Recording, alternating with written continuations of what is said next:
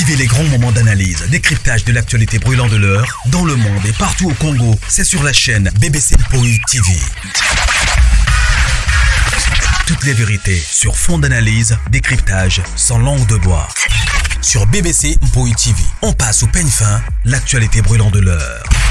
Nous sommes fiers d'être Congolais, nous sommes fiers d'être Africains. Construisons ensemble une bonne société pour nous et pour nos enfants. Tous à la fière, Yakozala Congolais. Tous à la fière, Yakozala Africain. Tous à la na bomoko, poto tonga mboka, pona biso, na banda na biso. Voilà, bonjour, bonjour, bonjour, bonjour, bonsoir. Bonjour, bonsoir. Bonjour, bonsoir. Shalom, shalom, shalom, famille Libota. Bonjour, Nabino, bah bonsoir. Ici que les amis Libino partout dans le monde. Bah bonne fête à toutes les femmes. Hein.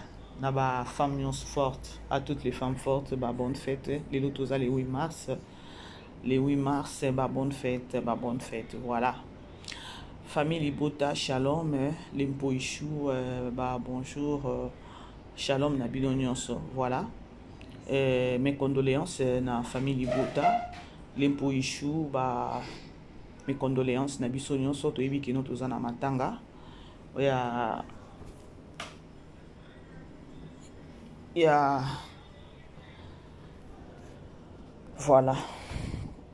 Beaucoup de temps tout solo la grande famille, beaucoup de tout solo la boyebi kino maman bébé c'est ce qui a eu, c'est-à-dire que non li kambouisa. Maman bébé c'est ce qui a eu, maman bébé ça y a toujours la vérité. Maman bébé c'est ce qui a eu, maman bébé c'est ayaka juste pour na kozungi sabatu na nzela. Maman bébé c'est ayaka pour na côté les la injustice. Voilà, c'est-à-dire beaucoup de temps tout solo là, beaucoup de tout solo là. Nazungi sana no sansa ki bo moto ya batu na ndenge moko ya bien, tozo welela eloko te. To linga juste ka to planter eloko moko ya bien na kati ya ba esprit ya batu. Il y a moko ba yaya ba mama mususu o toujours mona sur les réseaux sociaux ba sortie médiatique mususu ezo honorer ba âge na bango te encore ezo honorer ba personne na bango te franchement eza moment ya passe o toujours traverser eza moment moko to ko ba ke non il faut ba réflexion na biso humanisme et ça la ya ko ba ke non muto akufi eza fétité o peut-être to ki no weli là nake kosomba elamba nake kosomba sapato na mona ki elamba moko boy na TikTok na mona ki elamba moko na Zara na mona ki elamba moko na H&M na mona ki elamba moko boy soki na boutique nini sapato moko boy na ngina zala unique na bona ki boy na obima boy ba makelele wana nde to ki osala ngoto parce que to yebi ke non eza fête et non pas na makena na moment ya matanga to sa ba makelele o to mona na minute oyo. Eza moment ya pasi ya kovanda yo moko no na bomoto na onetinga na minute oyo naza na somo na bi Seigneur moninga ki est-ce que yo place au vanda na ozo raisonner ne loko wana ou bien to sa ka semblant ya koloba ke non to zala ki na ye bino ba artiste. Là je m'adresse aux artistes, les hypocrites, les complexés, les aigris, les artistes comédiens ba o ba complexés. Ba o batambolaka na méchanceté ba o baza ba vérité. Les artistes comédiens bokota wa boya koyoka ponga mona omiyoka bokota les aigris bokota wa ba complexé eza pasi pona bino bandeko. Vous savez bomoni sur les réseaux sociaux totikela ka bato mabe tenté ou encore totika ka lokuta tenté. Ce qui te dit vérité, te dit vérité. Ce qui te dit vérité, tout ça les recherches ya koyeba vérité, to na vérité. Ce qui aussi to yeba ki vérité écrit mutu moko aye na lokuta, to yekoloba non ya oye na lokuta vérité za oyo. Et eloko moko tozoloba matanga lorsque ndako moko ezui matanga ou encore artiste akufi. Artiste Richard Mukoko aza famille Libota, mais il n'est pas dit que non, artiste Nengi Azawana a travaillé à la famille Libota, na Belle Vie Télévision, non. Azalaki artiste pour na batu nyonso. Comme pour dire que non, artiste Matanga wana eza ba comédien tout. C'est-à-dire que non, nous autres, Moussapia comédien moko eza touché. Nous autres ya comédien moko eza touché. Ah oui. Parce que va perdre. Matango eza na parti pris te. Loba ba to ba parti pris vie ya réalité mususu ya o ekoma lelo famille libota ekoma lelo les abakwiti. Mais à la logique des choses, parti pris ezate na problème ya matanga. Et na matanga ba pekisaka mutu te. Matanga mutu nyonso azana droit ya koya na matanga. Mutu nyonso azana droit ya kolela oya kufi surtout ceux qui oyebiye. Ba biso ba mususu oyo to yebi keno aza artiste oya ba ko sepelisa biso. Toza touché, to vanda na été to liana été. Mais vu que no to yebi que non aza artiste et ça biso passe. Bongo yo artiste o bo travailler na ye. Bongo yo artiste peut-être lelo au travail kali susu na été mais au travail na été au travail susu na été parce que beaucoup bana ba kan. Mais besoin na problème te boni. Beaucoup tanan to solo la grande famille. Bande ko ezali kamba ko welisa te. Ezali kamba obima te oya koloba po ba yoka yo po yondo zoloba.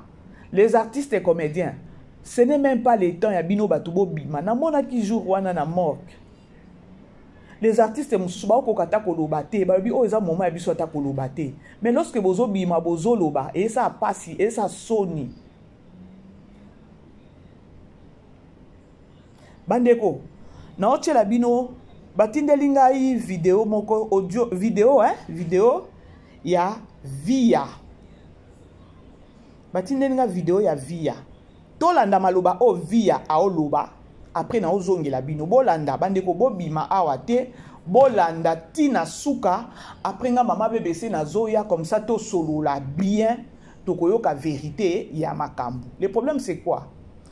Tonton Richard il était vivant lorsqu'il était vivant pardon azaki pona mutu nyonso. Tozo wele la pe tonton Richard te. Le problème est que toza na besoin ya humanisme ya bato sala ya koloba ke non la personne n'est plus to respecter la personne, to rendre mutu, to rendre la personne hommage moko ya bien. Et ça bien. Tolanda.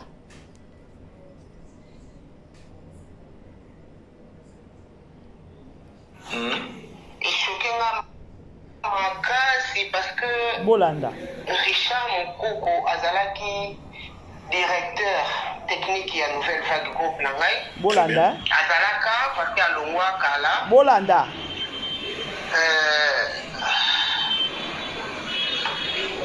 Courage maman. Donc Richard azalaka directeur technique ya groupe na ngai. Naibaka Richard na sima ya Junior Nzambi. OK. Pe à son âme bazalaki baninga camarade oyo amitié oyo ekomaka bandeko ntango nazala kokende sino nzambe azalaka réalisateur ya Nouvelle Vague kala ntango nazo travailler na Junior à chaque façon nazokende montage nakutaka Richard Mukoko kuna nde mokolo mosusu Junior aye koyebisanga ke non akokosala mpe na toko travailler pe bando travailler pe na Richard azalaka po apesa répétition apesa technique ya scène et tout et ça fait bien pour na bana. OK. Nde na ona moni eza susu Irano te eza nani pardon eza journaliste deo tozana Irano na papa na pasteur Dose. Ah OK. Nde ntango apresente ngai Richard nde Richard akuna sololi na ye toyokani na ye tosali nyonso tokokosala abandi koya kopesa mpe bana formation répétition et tout en tout cas towumelaki na Richard. Bandeko s'il vous plaît bolanda penza bien bolanda vraiment bozala attentif na makambo o nyonso via azoloba. Towumelaki vraiment na Richard na kati ya Nouvelle Vague na groupe na ngai eza bato pena bazoganga baone chef Richard donc batukika chef Richard voilà donc bien sûr alongwa na ye na ye asala nzela na ye mais tant oyo tosalaki na ye falaki azala nao na bomoi azala na ye je ne sais pas nayopesango maladi te lokwa na mosika nayebi te soki abelaki soki ndenge nini bon Maman Via, avant peut-être Pasteur Doz à réagir, Pende Guirano à réagir, mais qui n'a montré très rapidement, les autres comme ils assister à un phénomène, je crois qu'on a au courant, il y a Bakan. Côté au camp X, côté au camp Y, côté au camp Z, côté au camp D, camp est commis. Alors tout le monde déjà sur internet va nous titrer que Balobi famille libota en deuil. Est-ce que lui il y a une connexion Richard et il sous tiens bokabone entre artistes ou bien il faut réunir bango parce que là quand on a passion dos oyo aza réputé comme mutu a joué mingi na mama sila na les abakouk et le monde de Koirano. Est-ce que vous allez bien venir na matanga on a pas déjà na titre sur internet comment que dans le sens il y a que ça s'accaparer dans nous. Eza question na ngai te déjà. Eza question na ngai te, mais ce qui n'a pas ba Richard akomaka peut-être kosala na isika oyo ndeko akoma kosala, mais avant ça la kuna yeba na ena bato mosusu neti nga na uti oloba ke no ngai ntango Richard banda osala nga kotravaille epai na ngai solo kutu te ke Belfie osala groupe parce que bayeba na mpe na Belfie kaka na nouvelle vague. Ok. Boyoki Via alobi solo kutu te Belfie ayebaki te ke non akoki osala ta groupe. Bayebanaki pe na Belfie wapi et pas Via. Bolanda awa maloba oyo azoloba. Na mukuse lingi lobake na matanga bakanga porte te bafuza kuna mutu nyonso. C'est ça. Boyoka. Bana ina bato mosusu neti nga na uti olobake no ngai ntango Richard banda osala nga kotravaille epai na ngai solo kutu te ke Belfie osala groupe parce que bayebana mpe na Belfie kaka na nouvelle vague. Ok. Na mukuse lingi lobake na matanga bakanga porte te bafuza kuna mutu nyonso. C'est ça. Azalaka réalisateur abandai on ne sait pas comme source avant qu'on m'a travailler na nouvelle vague abandai ko travailler na bako to éviter. Donc très bien. Ce qui po yo o engagé mutu, il faut mutu azala na expérience. Alobi très bien, bon moni place on bandeko dans la vie photo za mayele. Bandeko tango bolanda ka biso bozala pe mayele ko. Bozala mayele ko landa biso. Hein? Po so ki tozo na buzoba, botelemela ka buzoba na biso. Ata na musala so ito luka to ke ko luka musala na compagnie nyonso, basenga ka expérience. Mutu ozala aussi si classe awawa. Po okende kozwa aussi si classe ba engagé yo na musala et comme la kamutu passe ba engagé yo na musala soki ozana expérience te. Soki ozana expérience te ba engagé yo na musala lobaka ke no connaissance moko boye ba beteli yo kaka bale likolo ba engagé yo. Yango mona ka basala kanini ba lobaka nini après aussi si classe na yo OK ko sala stage. Expérience na eza stage na yo wana ndo esala ke non place ozoki ne koluka musala expérience no ozui ba report na yo ya stage o lakisi na musala basani ba engagé yo via alobi bien que non ndeko oya lakisa ki ye tonton Richard aïe que non azala rapé makasi boye na technique boye sir na ba musala na bango engagé automatiquement il faut que yeba que non via ayeba ki déjà nani na okyo loba que non ayeba ki CV na ye ayeba ki CV na ye parce que musala bozo sala oyebi ke no o eza théâtre bozo sala j'ai la technique il faut zalo so yebi yango c'est dit ya mutu nda yebi si yo ke no tala boye tonton Richard boye apesi au rapport na ye et yo moko po moni musala o ya apesi yo omoni ke no bana nyonso babi président batu nyonso ba sepela ki na ye bozo landa déjà to kanga lokuta to continuer et puis to koloba pourquoi kaka na moment oyo oye ko bima to landa bolanda na matanga bakanga porte te bafuza kuna mutu nyonso. C'est ça. Azalaka réalisateur abandai ko on ne sait pas comme source avant qu'on m'a travailler na nouvelle vague abandai ko travailler na bako to éviter. Wana ko choki ka chakal. Très bien. Soki mutu alobi akanga porte pona matanga ya mutu ekozala mabe na corriger na no place oyo bandeko tozo insister tozo betela ngo société famille Libota ou encore na Bellevue Télévision Production bakangi barrière T ou encore batie barrière T batie limitation limite ya koloba kenon batutel ou encore bapekisi batu baya na matanga ya tonton Richard T ou encore ya papa Richard T bon memango lolenge bo memela yango te na bino pardon bino ba chroniqueur ba chroniqueuse façon bo salela musala eza yango te matanga ya côté Bellevue Télévision Production des elengi matanga ya côté Bellevue Production des elengi bandeko pourquoi boza ba problématique na yaya oyo via est-ce que moment oyo ozaki to continuer na bandeko nzambe sima motema na matate pardon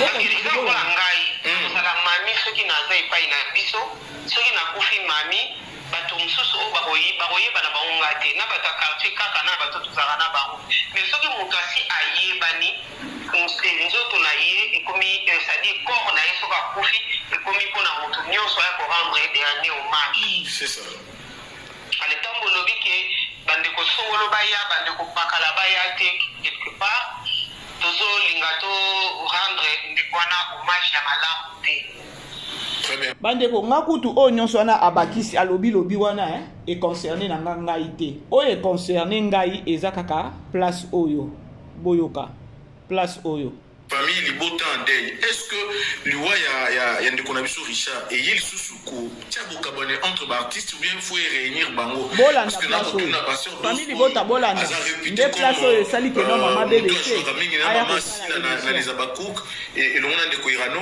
est-ce que vous allez bien venir na batanga wana pour déjà na ba titre sur internet comment que dans le sens ya ko s'accaparer nango bolanda question na ngai te déjà eza question na ngai te mais soki na kokoloba Richard akomaka peut-être kosala na isipa oyo ndeko akoma kosala mais avant sala kuna yebana ye na bato mosusu neti nga na uti oloba keno ngai ntango Richard banda osala kotravaille epai na ngai solo kotu te ke Bellevue osala groupe parce que bayebana ye mpe na Bellevue kaka na nouvelle vague boyoki na mokuse elingi loba ke bayebanaki na Bellevue na nouvelle vague wana eza vie ya mutu alobi ke non Bellevue bayebanaki na tonton Richard na nouvelle vague na telemi wana tokei bandeko esa pasi esa na soni est-ce que ce qui soit disant Queen Mada munene kimbinga yes eza pasi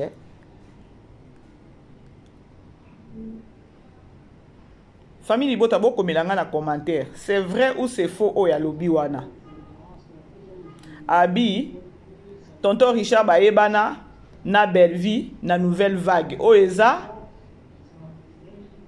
groupe na ye parce que toyebi pe ke non Poutine na biso pe a travailler na ye Bellevue kutu solo même pas ya groupe maintenant tolanda vidéo oyo.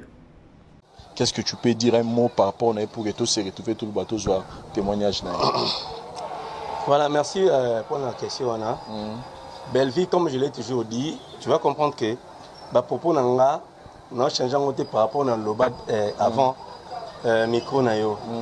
Je l'ai toujours dit, répéter, chanter à tout moment que Bellevue c'est une sœur.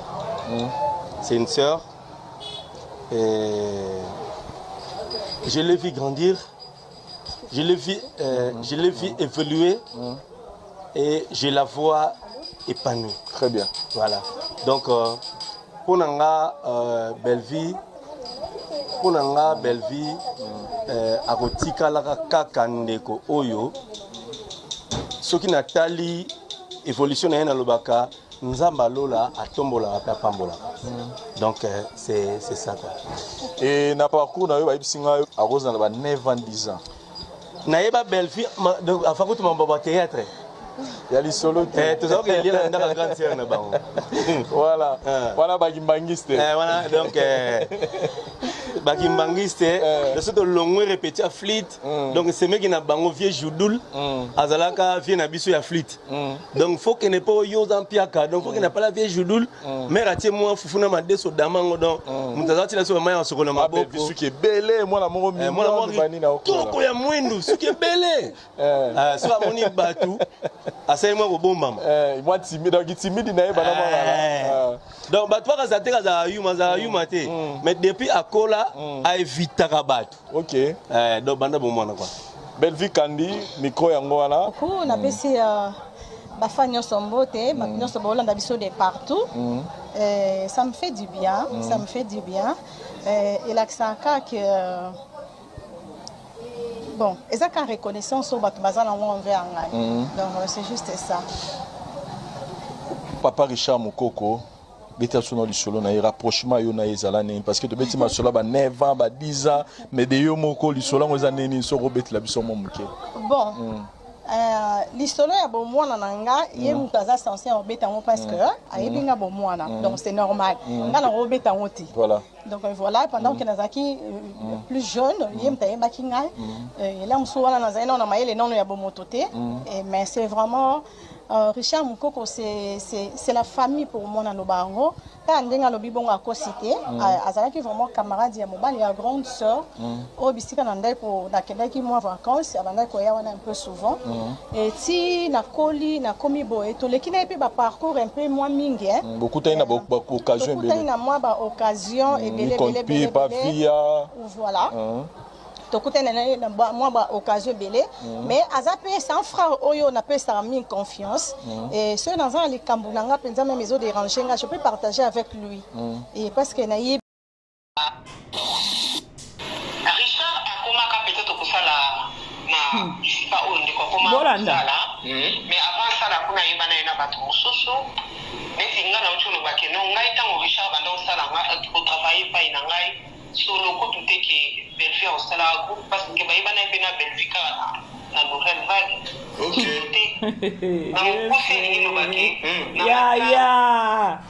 Ya batela kimia. Ya batela kimia beaucoup feli. Oh ya koufi bo travailler na ye. Honorer été au rendre hommage de maman. Oh soi-disant Queen Mada. Queen Mada, nini kaka mama, nini kaka yaya. Ozaki na Congo banayi koloba te. Poto kaka. Hey, Yesu. Yaya. Hey. Si vous avez une vidéo, on a outil coaché la bino la grande famille.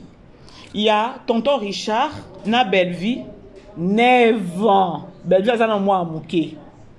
Ndayebi Belle-Vie. Camarade, il y a mobile, il y a grande sœur. Il y a place au Belle-Vie à de très souvent ma vacances. Des places Belle-Vie à Ebaki, tonton Richard. Ce qu'on a parcours, il y a Belle-Vie à Moussala, il y a kaka artiste Oyo. Bah comment qui koke de kokuta na kananani na papa Richard. C'est fait-il que non bah que kokuta na Yesu c'est pas via. Maintenant pour via, il y a kanisi que non Belle-Vie bakutani ne bakutani na ye, kune pa na ye, ba ke koye balande kuna. Ponanga peut-être via akanisa ki que non ba ye ba ni kuna bon, ponanga na okelo ba que non ba joua ki na eloko moko boya koloba que non to salon direct to ye ba ni te ou comment je sais pas. Po ye via lo ba que non ba ye ba na ki ne pa na ye. Pour autant que nani Belle-Vie peut-être abandonné ko jouer et pas via ou encore tant on peut nani pauvre tonton Richard na biso azaki et pas via Belle-Vie azaki na inventé azaki déjà ça colis pour le moment où Belle-Vie ba yebana ki na tonton Richard ezaki déjà moment oyo Belle-Vie azaki na ba 9 ans bon yoki Vincent Chulis a lobby très bien a lobby que non na ba parcours tant beaucoup tani na bo mwana et puis na ba parcours na bino beaucoup tani sous c'est pas via. Mais ye via a mentionné eloko wana te ya yende na lokuta ya koloba keno Belle-Vie na tonton Richard basani ni ba yebana kisu wana bande ko na polémique te na ye nde mpona kolongola eloko wana ya koloba bomoni ndenge vi ya ye nango bongo alobi bongo ekozwa ampleur lokuta oyo ya ye nango bakopesa yango valeur. Vous partagez l'émission Maman BBC parce que c'est Maman BBC qui parle. La communicatrice de la diaspora. Vous pouvez quitter. Vous pouvez quitter qu'on a l'aider. Vous partagez. Et ça, dans le dernier mabete, toujours où est la paix, tonton Richard. Toujours où est la été. Le problème est que non. Bon, moni, balobi que non. Ba belle la so moni ndo ki belle là. Bon moni diable. Il faut que ça la canine, il faut que ce qu'on dit déjà plan il y a diable, il faut que soit déjà position. Biso to zakana grâce wana nzamba sala canine, nzambe déjà révélé la biso déjà plan il y a diable avant. Oui diable linga sala boy, boke nango boy pourtant azoya boy akuta déjà boy pas. Malgré diable azara teti pe a changer sa stratégie. Bon moni eloko oyo ka vie abimi boy. Je vous assure, les lots, lobby, bota, bomon a négé kozwa ampleur que non, maman vie abimaki, ayaki koloba, nzo kande, aye bakinde, ye Richard et pas via. Mais, bako se référer na vidéo yote à 9 ans. Bako se référer na ngote. Et puis bako pesa l'okuta valeur. Là, c'est la communicatrice de la diaspora qui parle. Bon partager. Bon partager la grande famille. Parce que injustice est l'équité. To où elle est la tête. To lingande kakake. Donc to bando pesa sikoyo. Ba vraie version. On a plus besoin ya batuba ye ba vérité. To ça na besoin batuba na lokutate. Parce que lokute ye belé trop sur les réseaux sociaux. Yango to lingate. Nga esala nga passe ya komona maman moko mukolo moni maman BBC bonjour maman, moi je suis maman telle, j'ai 65 ans, j'ai 63 ans, j'ai 59 ans et voilà nga na landa sous belle vite pona boye mais depuis que non na koma kolanda yo na koma kolanda siko ba film ma belle vie c'est grâce à toi. Tout na maman na mena pourquoi olanda sous belle vite talaboy. Mais depuis na bandi ko landa yo, na o trouver na o ya siko ko mona vérité pa na yo. Siko boye bisanga ka ndenge vie azaboy, bozuka ka grandeur à vie, bozuka ka mulai na ye ba te so za mulai so a mukuse ka bino batu bo mona ye boyebiye nde boye bisanga ke no za mulai so za mukuse na yebite. Botali ka vie ya masse na ye. Sérieuse ndenge azolo ba wana ya koloba ke no, belle vie ni solo ya groupe ki akosala ka groupe. Ndenge bomoni wana ayeba Richard Mukoko et pananga. Il y aura des gens au bako believe au bako croire mais eza mensonge. Mais ce que tu as les vidéos botala nzoto a belle vie. Muke. Muto yamba enan Vincent Tuilis. Comme pour dire que non eza vidéo moko archive ya kala. Oh peut-être que non via elle pouvait aussi ko bimaka pe. Ya ko répondre à koloba que non tonton Richard non koloba pe bongote. Yo na belle vie boyeba na ndako nanga. Boyeba na groupe nanga abimate. Pour les gens de quoi zolo likolo. Mais non, soyons sérieux ou encore soyons sérieuses quand même. Pour la nini bozo ninga koya ko titoyer mutu. Non, wana eza on dirait azoya peut-être net kolongo le loko moko boye ko tche loko moko mususu na kati ya batu.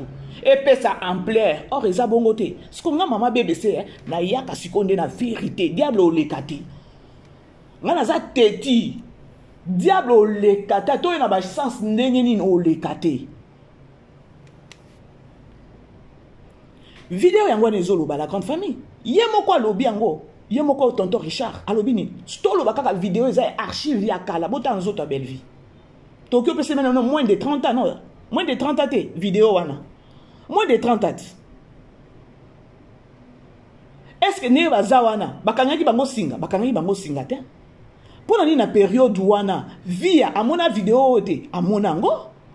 Pourquoi pas ko bima wana ya koloba ke non bino mi balene boza wana boyeba nde na epananga na groupe nanga abima te kaka lelo muto asa kufindo ya ko bimi oya ko bima ba archive ezate bande ko bozala pe souple na babilo ko mususu te vi ozo muto moko ko mibatela na ba poto ngo ndenge oki wana te ya eza pe na ndenge ya mabete. Et ça n'a pas mabete. Le problème est que na eko lukela ngo polémique te. Et ça que non, lo moni yo nengo bimi wana obimi parce que yo za ba kwiti. Sko eloko lobi ane beti wana ba eko salema ba émission ba ko balusa yango eko zo ampleur. bakobosa na ko se référer na vidéo oyo mais vidéo eza ya kala mama obima te pour la quoi peut-être ko interpeller peut-être tonton Richard tika lokuta wana yo yebana na ye wapi parce que bino boyebani epa nanga oh ce qu'on lundi émission oh je ne sais tu lis ayamba ki bango tonton Richard alobi très bien moi na muke yenda bana ko servir biso azoya epa ya grande sœur na ye mobali ya grande sœur na ye des camarades donc grand frère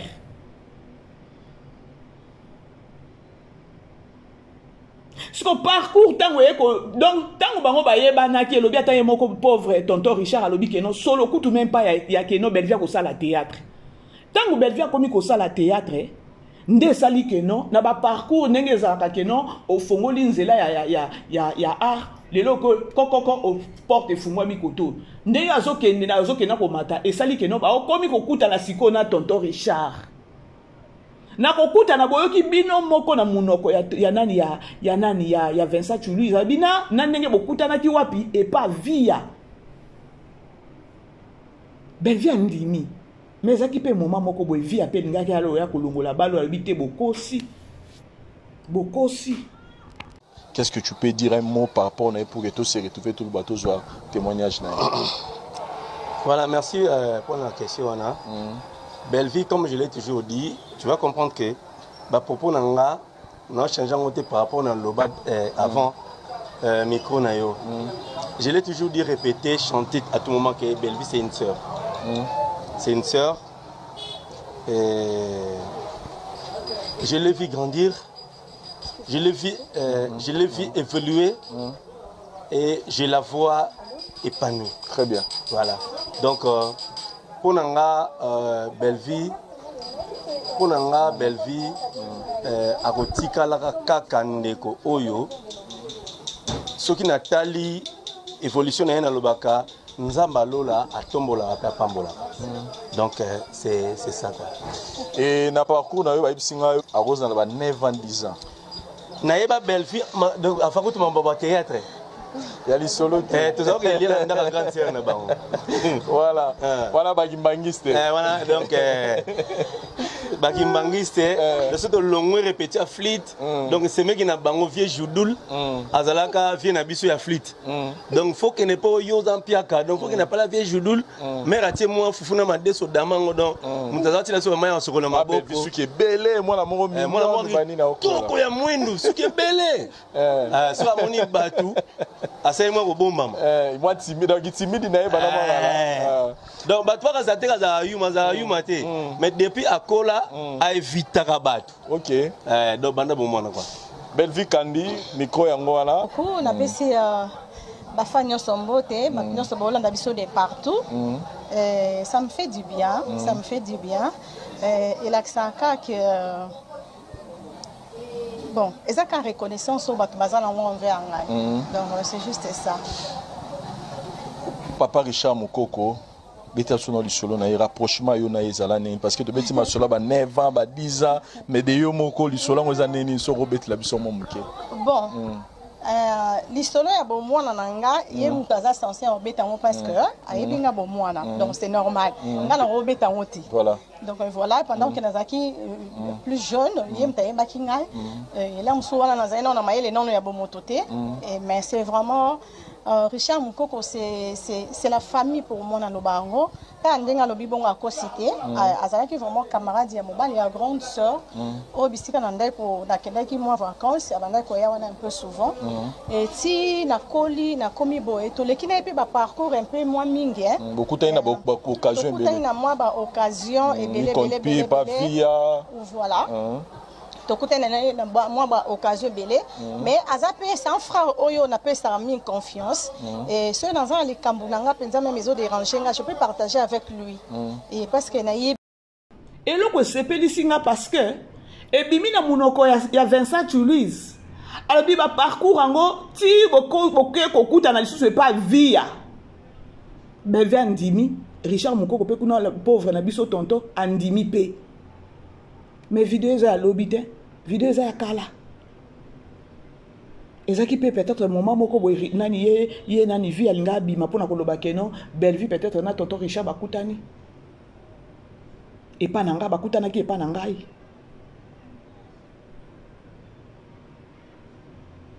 mais maman via na pire esprit soko tali ke no ovandi kaka boye obendi bilili otali pe tonton Richard ango bo travailler ki na ye aujourd'hui il n'est pas là il n'est plus a tchezolo likolo et ça peut qu'à un moment est interpellé au PKKT et ça peut qu'à un moment est interpellé au et ça peut qu'à un moment interpellé au Luka PKKimiate yaya ce qui peut vous baner pe solo la te qui ko interpellé au to ya ko lo baba biloko solo bana te yaya yango banzambo beaucoup misaka na ba TikTok ezaka ya loyenge nzambe limbisa biso Seigneur limbisa franchement limbisa.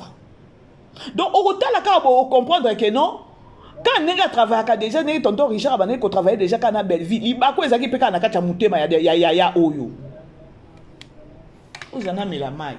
Lobi bo lobi sa kinga mingi là il fait 3 heures du temps. Na sale lango wapi. Bino.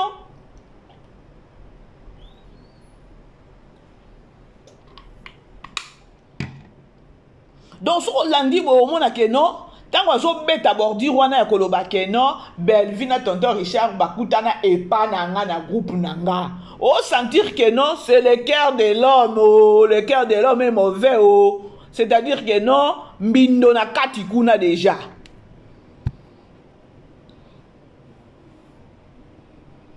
après oh nyonso na lobby wana nyonso zo loba na tika kaka aloba mutema ya mutu le cœur de l'homme. Est-ce que ça qui est important? Obima awawa, oyana poto, otika jamais autant à combat belle vie, jamais autant à combat belle vie. Autant à combat belle vie souta. Likambo utaki ko bima dernièrement a na poto obimi babalo yenge obatubiso no stoke ko attaquer yo. Soki ezaka poto. Ngana kamwe kututango zo kutanga combat belle vie, autant à souta. Po bana ikutu na ndeko bozolo bawana, bolanda bino moko boyoka. Après son ni kaka ne mutu esalié aye kotanga komba belle vie.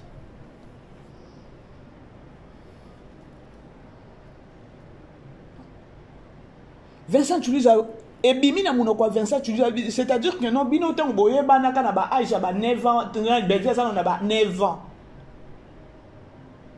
Parcours solo même pas que no belle vie ko sala théâtre.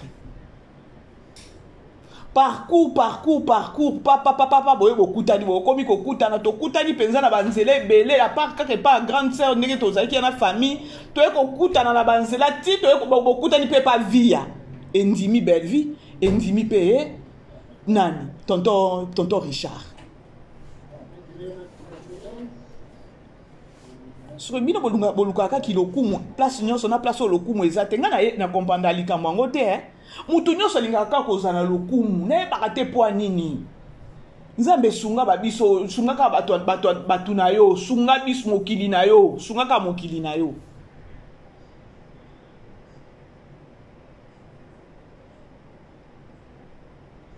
sunga mokili na yo to lembi na batoyo.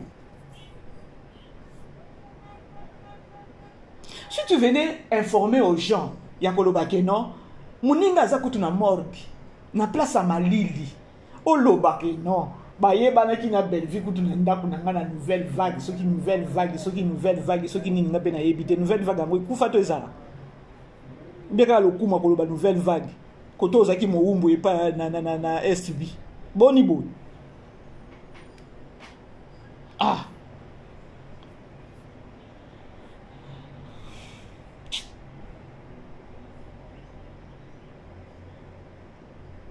boza na ba chaîne na bino bokoka ko évoluer na ba chaîne na bino te botika ka na combo nouvelle vague yo wana soki kuno oke poto combo etikali ka nouvelle vague mais koto ozaki tongo midi poko na SB oza la groupe na yo botika pe ko mbria ka batu botika pe ko utiliser bana batu opengwi saka batu nyonso. Est-ce qu'il n'y a pas moyen que non, na minute où ya koufi aza collègue, bo travailler na yé. Ceux qui dit que non artiste comédien, ou dit que non au travail na yé. olia na ye, omela na ye, bo traversa. Bache au micro, tu peux toutefois ka koloba que non, o eza moment yanga koloba te. Parce que o akufi eza artiste. Tokunana no artiste. Parce que tant où il y a akufi yo tikali éternel te. Et puis je ne pense pas que non, on avait même pas besoin que yoka ozolo bawana. Po ozolo bana yango memi que non maman BBC aya ko informer pe batu que non olobi lokuta. Pour vidéo oyo il fallait peut-être oya ko informer batu oya ko intervenir oya ko telemela ya koloba que non ba ye banande pa na yo ezaki moment o bango basalaka émission et pas Vincent Chulu tango ya zaka vivant. Siko awaza isusute akoya ko répondre yo. Batu bazanga humanisme. Na biniti o memika potopoto ti. Tokomona batu mususu bazanga mayele komona bakozwa peka makambo bakoloba boyo kite nzoka de bayeba na kuna toza na bino déjà to beleli. Yango bandeko famille bota bozwa bo partager. Bozwa bo partager émission na kutu nyonso na check yango na émission na chaîne na biso ya mama BBC bozwa ngo pe bo partager yango massivement pour na ko corriger batu. Yango bomona so mama BBC aye ko intervenir eloko bo partageaka bino bozaka makasi boyoki kuna balobi mama BBC sa intervenir nango bozwa o ba intervenira ki po ezwa pe ampleur.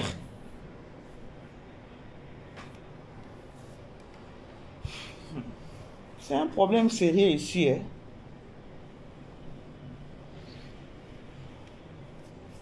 Chiko boye bisangai non ça la life na likambo na osala live na otika téléphone ouvert. Na otika téléphone ouvert bandeko na likambo na otika ngo boye te. Via il faut ya koloba ya expliquer biso nini yango ka sentiment ni nezuye aya koloba ngo ka na moment o tango tonton Richard Asache zolo likolo po ya koloba ke no ba yebana na belle vie na epa na ye. Et si longtemps que no vidéo o ba sala epa Vincent Chulu eza vidéo ya kala. Oh, il fallait y aya kobima soki ayoka mutema pasi soki otali bo comprendre que non dio ya belle vie na ya tonton Richard ye mutema bataki kosuka ye ndo bosakanaka yango na vie balobaka que non soki ovandi na mutu na vie mutu azalaka kaka important na pembeni na yo oki ozaloza na mutu boye oyebi te oyo ovandi ne pembeni aza nani boye bakotraite bato dans la vie. Ou encore na moment pe ya faiblesse ya mutu boye baka pe ko yeba ko traiter mutu parce que lobi boyebi lobi na po lobi boyebi donc lobi na ye boyebi te pardon.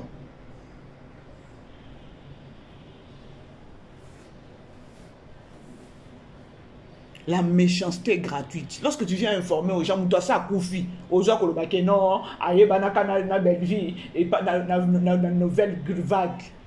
Nous toi ça koufi. Mais quand on vidéo siko ese bimi o Vincent Chulu ya moko alobite na ba parcours na bino pe bokena isusu kokuta na isusu pas via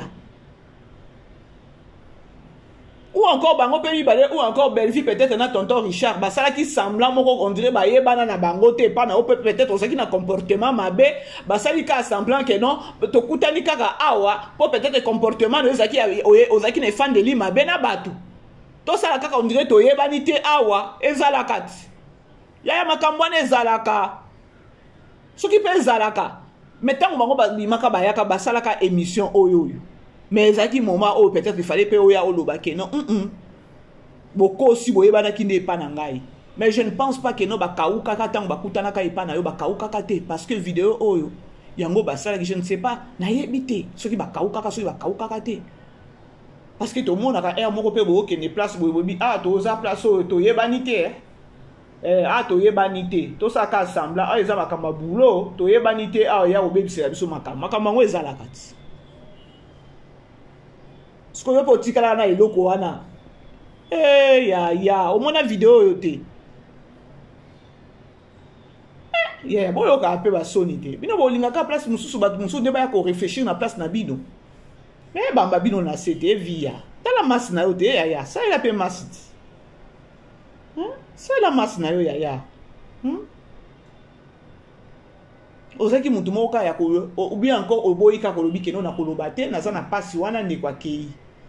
Ou encore so okokate bo message na bino ko loba encore bino bo sa bato maboke olobi kaka ke no bandeko to batela kimia parce que mutu akei aza moko na biso. Il faut qu'on mette ma polémique tout à bordir au pesa matière. Matière yango ozo pesa ya injustice ya lokuta. Siko yebisanga.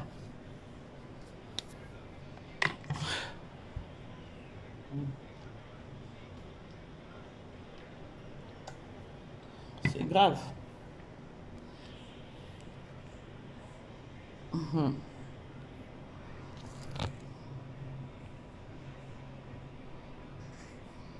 Aimez la vidéo, partagez la grande famille et nous en avons la vidéo sous Boyoka. Queen Mada et pas Aningisi Zahir. C'est ça. Azalaka réalisateur. Mais tant que tout ça là qui n'a eu, fallait qu'il y ait Azalana on a beaucoup. Azalana je ne sais pas beaucoup.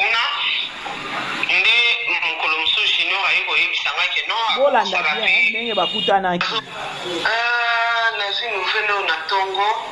Merci d'abord on a ko binganga nazi nouvelle na Tongo eza nouvelle moko choqué nga makasi parce que Richard Mukoko azalaki directeur technique ya Nouvelle Vague Group na ngai.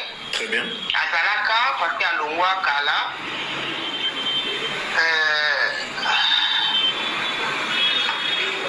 courage mama vie. Richard azalaka directeur technique ya groupe na ngai naibaka Richard na sima ya Junior Nzambi. OK. Pe asona azalaki baninga camarade oyo kwa amitié oyo ekomaka bandeko ntango nazala kokende sino Nzambe azalaka réalisateur ya Nouvelle Vague kala ntango nazo travailler na Junior à chaque façon nazokende montage nakutaka Richard Mukoko kuna nde mokolo mosusu Junior aye koyebisanga ke no akokosala mpe na toko travailler pe bando travailler pe na Richard azalaka po apesa répétition apesa technique ya scène et tout et ça fait bien pour na bana. OK. Ndena bon comprendre que non ba introduire ça qui Richard Mukoko et pas via mbala moko na CV na ye. Ce qui bolandi ti na suka bo comprendre que non via elle n'est pas sérieuse na maloba na ye azoloba. Bon continuer parce que tant on va introduire Richard Mukoko tant qu'on va kena ko kutana ba pesa ki mbala moko introduction za ki na CV bolanda ona moni eza soso irano te eza nani pardon eza journaliste deo otozana irano na papa na pasteur 12 OK nde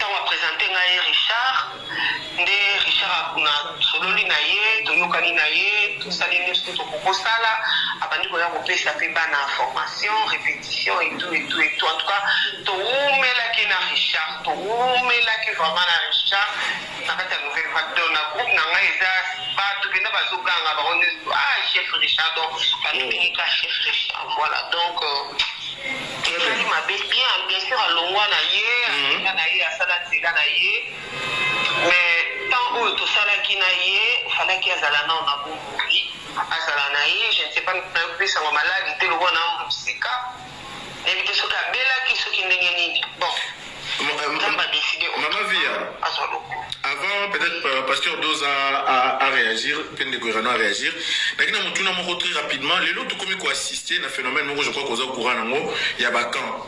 Babisio côté au camp X, côté au camp Y, côté au camp Z, côté au camp D, camp est commis. Alors tout le monde déjà sur internet va nous titré que Balobi famille libo en deuil. Est-ce que lui y a une déconnabiso Richard et il sous ko tia bokabone entre artistes ou bien il faut réunir bango parce que na ko tuna pasteur dos oyo aza réputé comme monto a jouer mingi na mama sila na les abakouk et le monde de Koirano. Est-ce que vous allez bien venir na matanga wana pour déjà na titre sur internet comment que dans le sens ya ko s'accaparer na mo ndeko wana eza question na ngai te déjà eza question na ngai te mais soki na kokoloba Richard akomaka peut-être kosala na isika oyo ndeko akoma kosala mais avant ça osala kuna yeba na ena bato mosusu neti nga na otolo bakeno ngai tango Richard banda osala nga travailler pa ina ngai solo ko tout que Belvi osala groupe parce que bayeba na epena Belvi kala na nouvelle vague OK na mukose lingi lobake na matanga bakanga porte te bafunga kuna mutu nyonso c'est ça azalaka réalisateur. Effectivement, la porte est grandement ouverte. La porte est grandement ouverte na mutu nyonso. Soki bako koma keno bako titre keno famille Libota en deuil parce que azala ki moko ya famille Libota ya Bellevue TV production. Titre eza na problème te. Ya kono ba keno famille Libota en deuil eza normal. Azala ki artiste et comédien a évolué a travaillé na batu mususu. Ezaka keno biso ba chroniqueur na ba chroniqueur ba chroniqueuse ba question mususu ezaka ya polémique. Alors bref, c'était au moins ça, la grande famille. Na ligne juste quand on a éclaircir bino et loko o mama via alobi. Yake Bellevue bayebana na Richard Mukoko epanaye et ko soit en place sur les réseaux sociaux. Alors maman BBC aye déjà ko sauter avant ya ko yebisa batu. Eza lokuta émission eza wana bayebana depuis azana mwana muke neva solo kutu même pas que non akosala théâtre. Ka ndenge ya lobi que non solo kutu même pas Bellevue akosala groupe.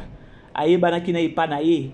Alors Bellevue pe solo kutu te que non kosala théâtre bayebana na tonton Richard et pas ya grande sœur naye, grand frère naye alors. C'est-à-dire que non mama via obeti à côté. Yeba que non okomata miniature. Okomata miniature na ndenge moko ya bien te. Ozaba mama moko boye ou encore ba yaya ya koloba que non soki bozo ya bosa ba sortie médiatique. Bobi misaka ba posona biso ba posona bino normal. Botika ko jouer na hypocrisie.